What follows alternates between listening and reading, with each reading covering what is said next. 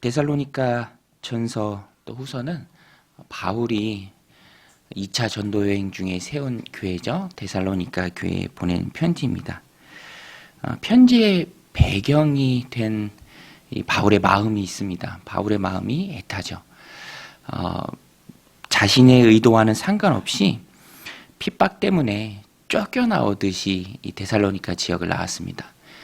이제 막 세워진 교회, 그래서 연약한 성도들, 더 말씀이 필요하고 더 돌보아야 하고 더 힘있게 세워야 하는데 그러지 못하는 상황 가운데 바울이 놓여 있습니다. 그래서 데살로니가 교회를 향한 바울의 마음은 애타는 마음이고요. 또 빨리 가서 보고 싶고 더 세워야 할 그런 늘 마음의 부담이 있는 교회였습니다.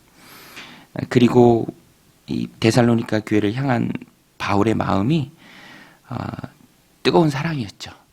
그래서 오늘 말씀 19절로 20절에 데살로니가 교회를 향한 바울의 마음이 어떠했는지를 잘 말해줍니다. 19절에 보면 우리의 소망이나 기쁨이나 자랑의 면류관이 무엇이냐?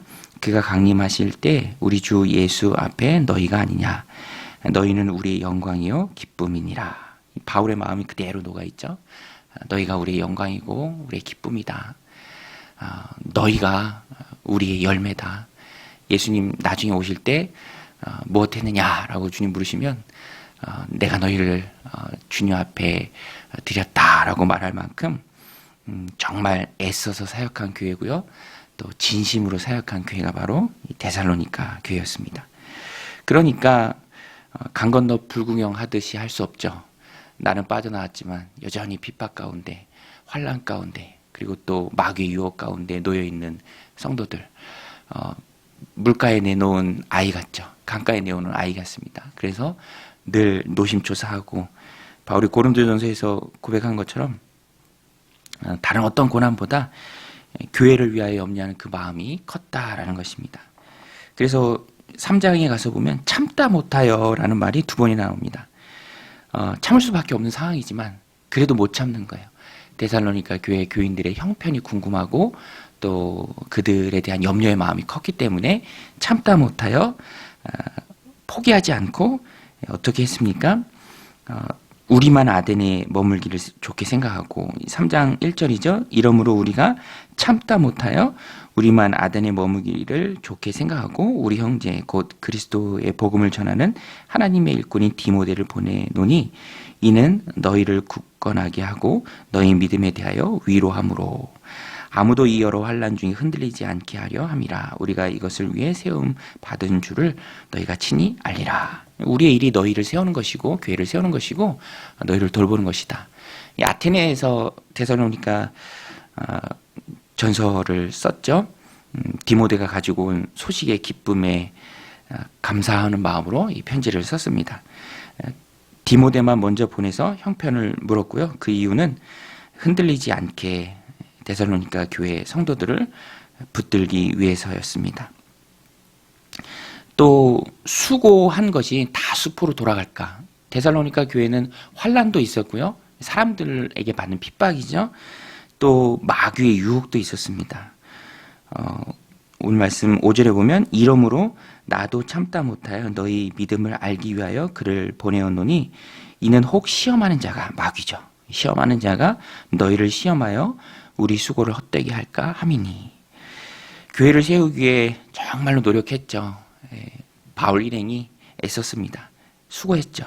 그런데 시험하는 자 마귀의 공격의 초점은 항상 가정과 교회입니다. 하나님 세우신 두 공동체죠. 그래서 교회를 허물기 위해서 유혹합니다. 세워지는 데는 오랜 시간이 걸려도 허무는 데는 마귀가 작심하고 달려들면 금방 허물어질 수 있다라는 것입니다. 그래서 바울이 했던 그 수고가 헛되게 될까 디모데를 파송해서 이제 성도들을 굳건하게 하고 유혹을 이겨낼 수 있도록 돌보는 것입니다.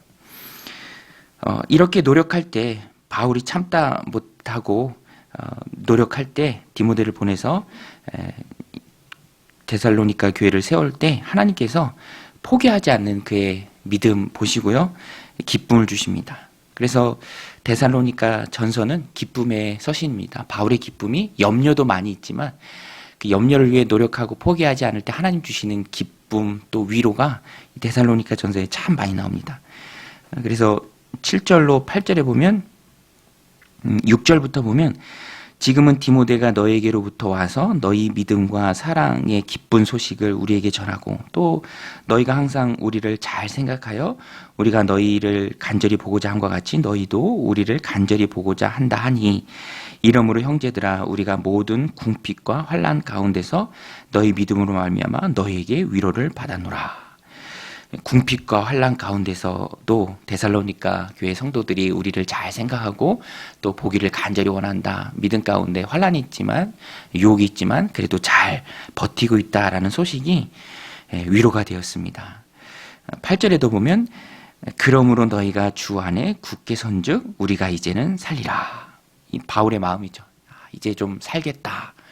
바울은 환난과 궁핍보다도 데살로니가 교회가 잘 세워져 간다는 그 소식이 정말 생수와 같은 소식이었습니다. 그래서 이제는 우리가 좀 살리라라고 고백을 합니다. 바울이 공동체의 마음을 두고 양떼의 마음을 두고 또 포기하지 않고 교회를 세우는 일을 했을 때 디모데를 보내서 그 일을 했을 때 하나님께서 위로로 갚아주시죠. 여러분 하나님은 우리에게 위로와 기쁨을 주시는 분인 줄로 믿습니다. 우리는 포기하지 않고 영혼들 붙들고 또 하나님 내게 주신 귀한 사명 붙들고 모든 관계 속에서 세우는 그 일을 할 때 하나님 우리에게 위로를 주십니다. 행복하기 위해서 살아가는 것이 아니고요. 하나님을 위해서 살아갈 때 하나님이 위로를 주시고 또 행복을 주시고 기쁨을 주십니다.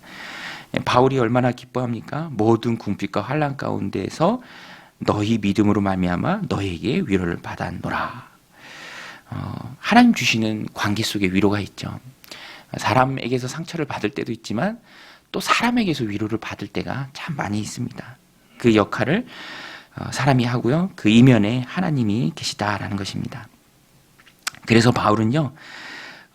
우리가 받은 위로가 이렇게 큰데 너희가 이렇게 신앙생활 잘하고 있으니 우리가 이제 좀 살 것 같은데 그럼 하나님이 주신 이 기쁨과 위로에 대해서 우리가 어떻게 감사로 돌려드릴까? 감사로 하나님께 보답할까? 9절에 바울의 마음이 나옵니다. 우리가 우리 하나님 앞에서 너희로 말미암아 모든 기쁨으로 기뻐하니 너희를 위하여 능히 어떠한 감사로 하나님께 보답할까? 바울이 고민을 해요. 너무 기쁜 거예요. 너무 즐거운 거예요. 너무 위로를 받은 거예요. 그럼 우리가 어떻게 하나님께 감사로 보답을 할까? 기도로 보답하죠. 기도로.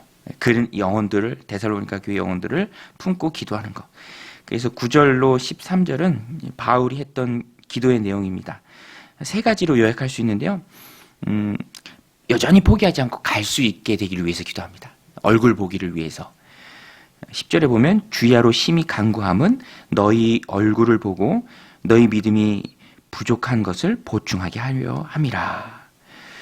또 그래서 구체적으로 기도하죠. 11절에 하나님 우리 아버지와 우리 주 예수는 우리 길을 너희에게로 갈 수 있게 하시오며. 구체적으로 기도합니다. 얼굴 보기를 원해요. 여러분 예배하면서 또 공동체 생활하면서 얼굴을 보는 게 너무너무 중요해요. 얼굴을 보는 게. 뭐 유튜브나 그런 영상 온라인 예배는 언제든지 보조적인 수단이죠. 그것이 주가 되면 안 된다라는 것입니다. 왜냐하면 교회의 핵심 가치 중에 하나는 코이노니아, 교제입니다. 얼굴을 보는 거예요. 같이 식사하고 얼굴 보고. 그래서 바울도 여전히 디모데를 대신 보내긴 했지만 그래도 사도인 바울이 직접 가서 얼굴 보기를 원했습니다. 그리고 그것을 하나님께 기도하고요. 길이 열리기를 기도했습니다.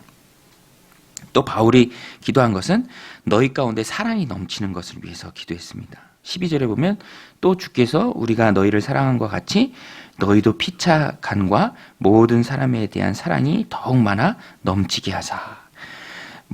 사랑이 허다한 죄를 덮죠. 공동체에 중요한 것은 사랑입니다. 사랑이 제일이다라고 바울이 말할 만큼 사랑이 공동체의 피예요. 생명력입니다. 사랑이 식어지면 더 이상 아무것도 아니죠. 그래서 사랑이 넘치기를 바울이 기도합니다.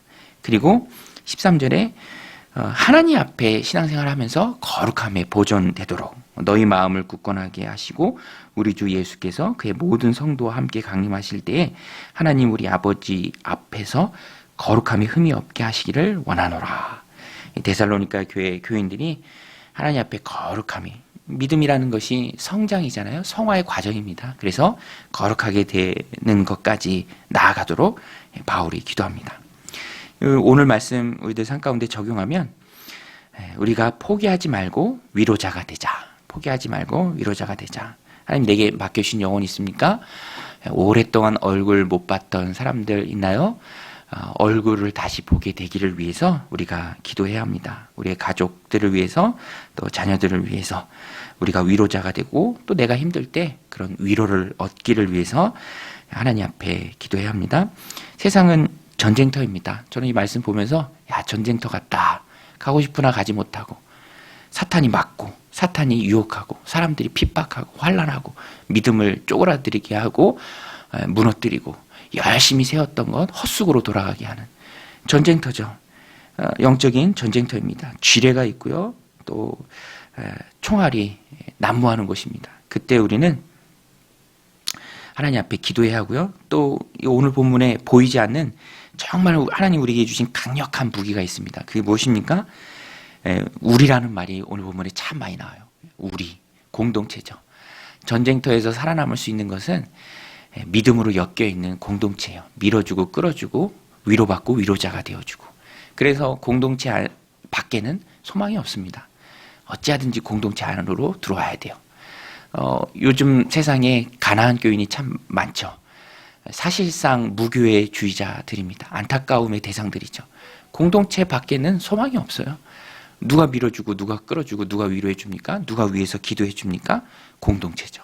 공동체입니다. 그래서 우리는 전쟁터 같은 세상에서 하나님 주신 귀한 공동체를 소중하게 갖고 가야 합니다. 그리고 그 중심에 얼굴을 보는 것, 공동체로 묶여 있는 것 중요하죠.